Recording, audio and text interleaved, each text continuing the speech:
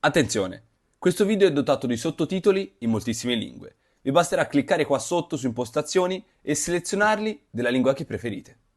Sentirsi sul tetto del mondo e poi cadere. Essere un colosso e poi piombare giù nell'oblio. La storia di Enron ha dell'incredibile. Tutti si erano convinti che con le sue azioni si potesse guadagnare molto e facilmente. Mi raccomando, diffidate da ogni forma di guadagno facile, altrimenti rischierete di rimanere in mutande proprio come gli investitori di Enron.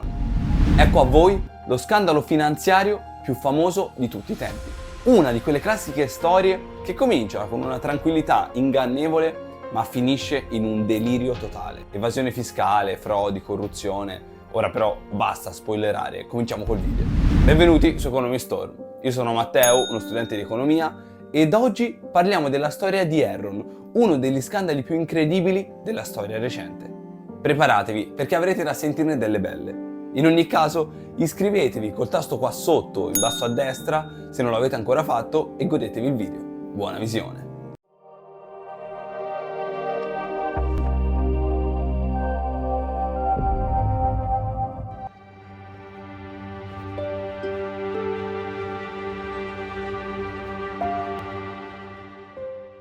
Enron nasce nel 1985 dalla fusione di due aziende di gas naturale, la Houston Natural Gas Company e la Internorth. Il core business dell'azienda è l'attività di estrazione, raffinazione, trasporto e distribuzione di petrolio e gas naturale attraverso circa 37.000 miglia di gasdotti. Il settore era fortemente in crescita in quegli anni e per domare un'azienda così potente serviva qualcuno che ne avesse la capacità. Il CEO designato fu tale Kenneth Lee Lay, ex CEO della Houston Natural Gas, il quale aveva già una grande esperienza in altre aziende che operano nel settore del gas naturale. È grazie a lui inoltre se la Internorth cambiò il nome in Enron. L'azienda, con sede in Texas, inizialmente era un normale fornitore di gas naturale, ma ben presto divenne una delle aziende più innovative del settore. Sin da subito l'azienda volle essere fortemente presente sui mercati finanziari e così decise di fornire i primi futures e derivati, che sono due tipi particolari di strumenti finanziari che prima, per legge, potevano essere emessi solo dal governo. In quel periodo, però, il governo USA applicò varie liberalizzazioni che avrebbero permesso alle aziende di poter gestire in totale autonomia i propri strumenti finanziari. Per gestire un ambiente finanziario così articolato si ha bisogno di qualcuno di esperto. E così l'azienda, nel 1990, decide di assumere Jeffrey Skilling, detto Jeff. Questi viene messo a capo della divisione Enron Capital and Trade, specializzata in attività di trading e operazioni finanziarie. Anche Skilling aveva una grande esperienza alle spalle, avendo infatti lavorato nella più famosa società di consulenza americana, la McKinsey. In poche parole, una società di consulenza si occupa di valutare le aziende e certificare la validità dei loro bilanci. Mi raccomando, tenete a mente questa cosa dei bilanci, perché tornerà fuori più tardi. Skilling riforma anche il sistema di gestione del personale. Introduce una commissione di valutazione interna, obbligando i dipendenti ad esprimere un giudizio da 1 a 5 sui propri colleghi. Ciò porterà ad un licenziamento di circa il 15% dei dipendenti ogni anno. Alcuni analisti definiranno Jeffrey Skilling un giocatore d'azzardo eccitato dal rischio.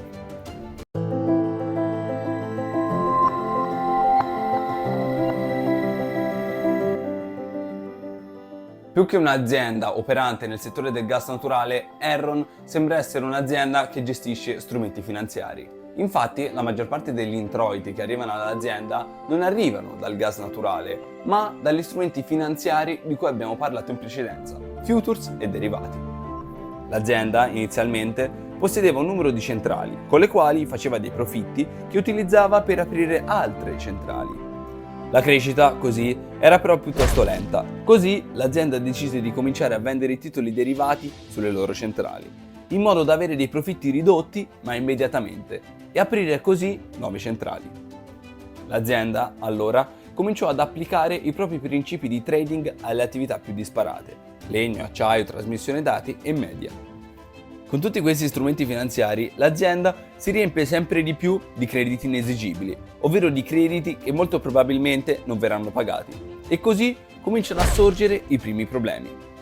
Però i dirigenti decidono di fare come gli struzzi, mettono la testa sottoterra e fanno finta che questi problemi non ci siano.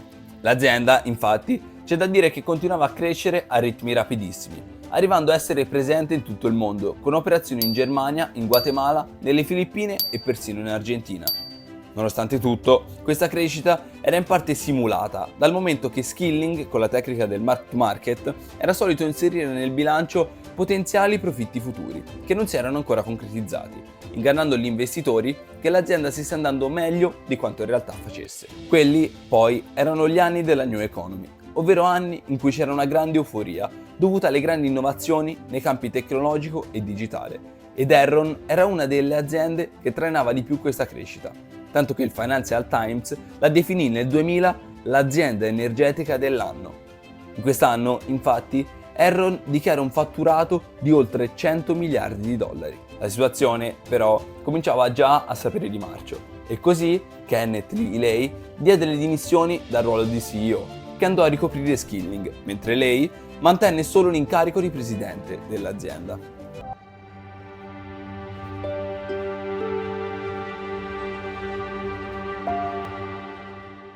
Nel gennaio del 2000, Enron annunciò che si sarebbe cominciato ad avere la possibilità di fare trading sul loro nuovo cavo in fibra ottica ad alta velocità, il quale doveva fungere da spina dorsale per il traffico di internet.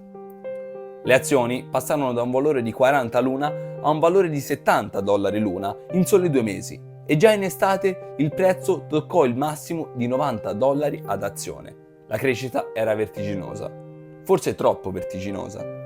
Ricordiamoci infatti che siamo nel periodo della bolla delle .com, ovvero un periodo dove tutti i titoli collegati a internet erano crollati in modo rapidissimo dopo aver sostenuto una grandissima crescita negli anni prima. Dopo lo scoppio di questa bolla, a qualche persona lungimirante venne il dubbio che anche Enron fosse l'ennesima bolla speculativa.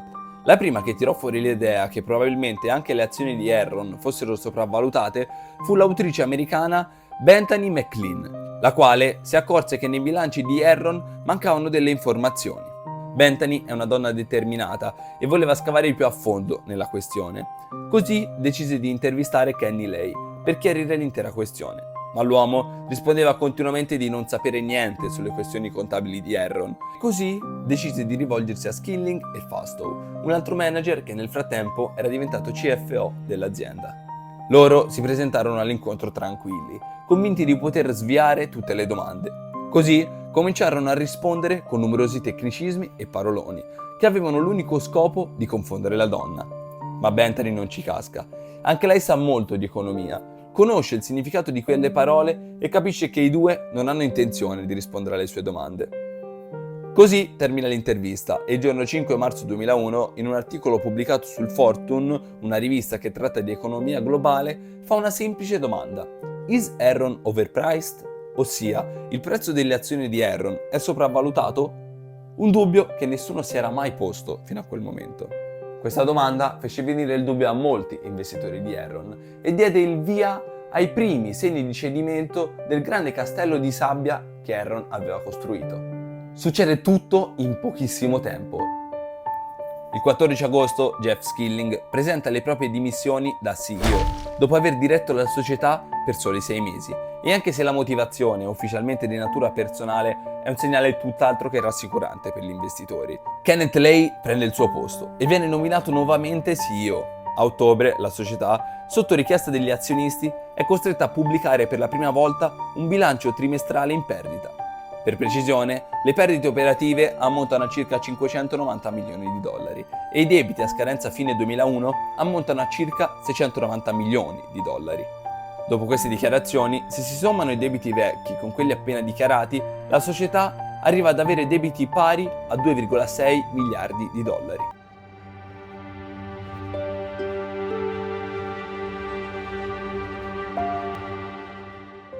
La Security and Exchange Commission, più conosciuta come SEC, ossia l'ente statunitense predisposto alla vigilanza della borsa, comincia così a tenere d'occhio la società. Kenneth Lay, così, messo alle strette, afferma che la società ha falsificato i bilanci dal 1997, dichiarando un utile maggiorato di circa 600 milioni di dollari, facendo finta di averlo scoperto anche lui in quel momento. Pensate un po', il CEO di un'azienda di quella portata non si era accorto che fino a quel momento l'azienda stava perdendo soldi, ma invece stava dichiarando di guadagnarne moltissimi. Vabbè, dai, ci sta un po' di distrazione. Fu in questo momento che la Dinergy, un'altra azienda impegnata nel settore dell'energia, cominciò a interessarsi a Enron.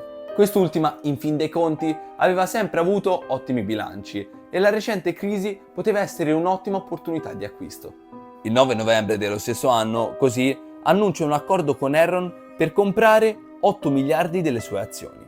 Enron, però, è sempre più un disastro. Nel ranking del proprio credit rating, che misura l'affidabilità di una società a ripagare i propri debiti, viene declassata a junk status, ovvero stato spazzatura. Capite già da soli che la referenza creditizia di junk status, ovvero stato spazzatura, non è delle migliori. I funzionari di Enron e Dinergy dichiararono comunque che la fusione non è in pericolo. Le azioni di Enron, però, nel frattempo, crollano di un altro 15% a quota $4,01.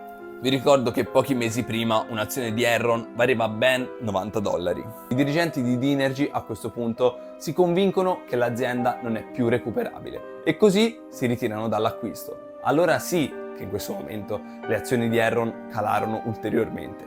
Queste, infatti, calarono sotto $1. Così, nelle prime ore del mattino del 2 dicembre 2001, la Enron, a meno di 4 mesi dalle dimissioni di Skilling, dichiara bancarotta. Insomma, la Enron si lasciò alle spalle miliardi e miliardi di debiti.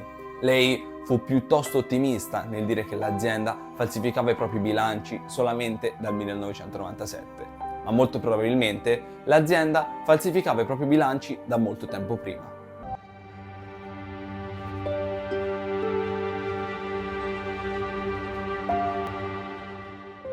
Come prima cosa è importante sottolineare che l'azienda ricevette grandi aiuti politici sia dal Partito Repubblicano che da quello Democratico e soprattutto dal presidente George Bush. L'azienda faceva donazioni e conferiva aiuti nelle campagne elettorali a grandi esponenti politici americani, in cambio di un ammorbidimento della legislazione contro l'inquinamento. Secondo alcuni analisti, addirittura, la decisione degli Stati Uniti di non aderire al protocollo di Kyoto venne probabilmente influenzata anche da pressioni della Enron. Ma questo, per quanto grave sia, non è nemmeno l'1% di tutto quello che la Enron aveva organizzato per imbrogliare il mondo. Enron aveva infatti pure creato una rete di società situate nei paradisi fiscali, con le quali riusciva a evadere il fisco. Voi direte, sì, però è vero anche che tutte le grandi aziende hanno società nei paradisi fiscali. Sì, magari può essere anche vero, ma Enron ne aveva ben 881 e situate in paradisi fiscali che godevano di grandissime agevolazioni fiscali. Di tutte queste, solo 600 le possedeva nelle isole Cayman, dove sapete quanto sono le tasse sui profitti delle aziende? Zero. Ma aspettate, perché c'è molto altro ancora. Cosa ha combinato infatti di altro Enron? Tutte queste società infatti non venivano usate solo per evadere il fisco, ma pure per falsificare i bilanci.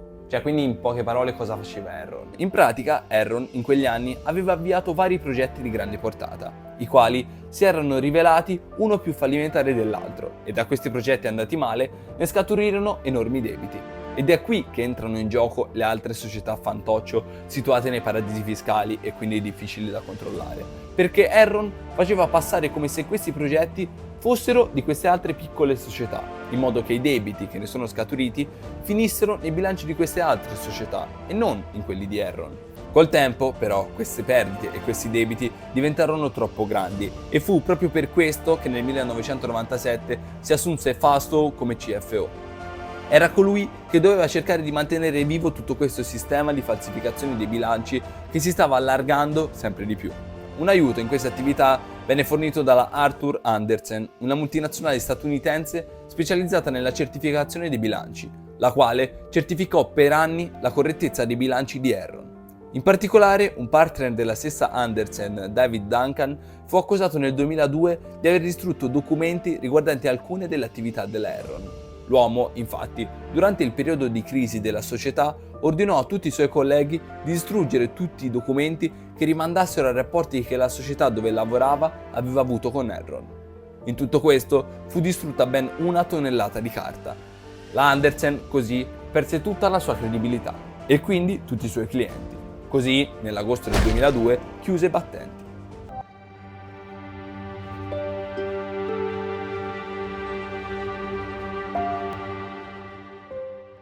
I principali capi di accusa erano frode, inside trading, cospirazione e associazione a delinquere. Skilling fu condannato a scontare 24 anni di carcere, anche se uscirà dopo 12 per buona condotta, mentre lei, che si capì essere la mente di tutto questo, fu condannato a 45 anni, ma morì per un infarto durante il processo di appello. E negli Stati Uniti, se l'imputato muore durante il processo di appello, il processo viene dichiarato nullo, quindi è come se non fosse mai stato condannato. Altri dirigenti, come Fastow, hanno invece preferito collaborare con la giustizia, ricevendo così pene ridotte. Ricevette infatti solo, tra virgolette, 10 anni di reclusione, dei quali ne scontò solo 6 per buona condotta.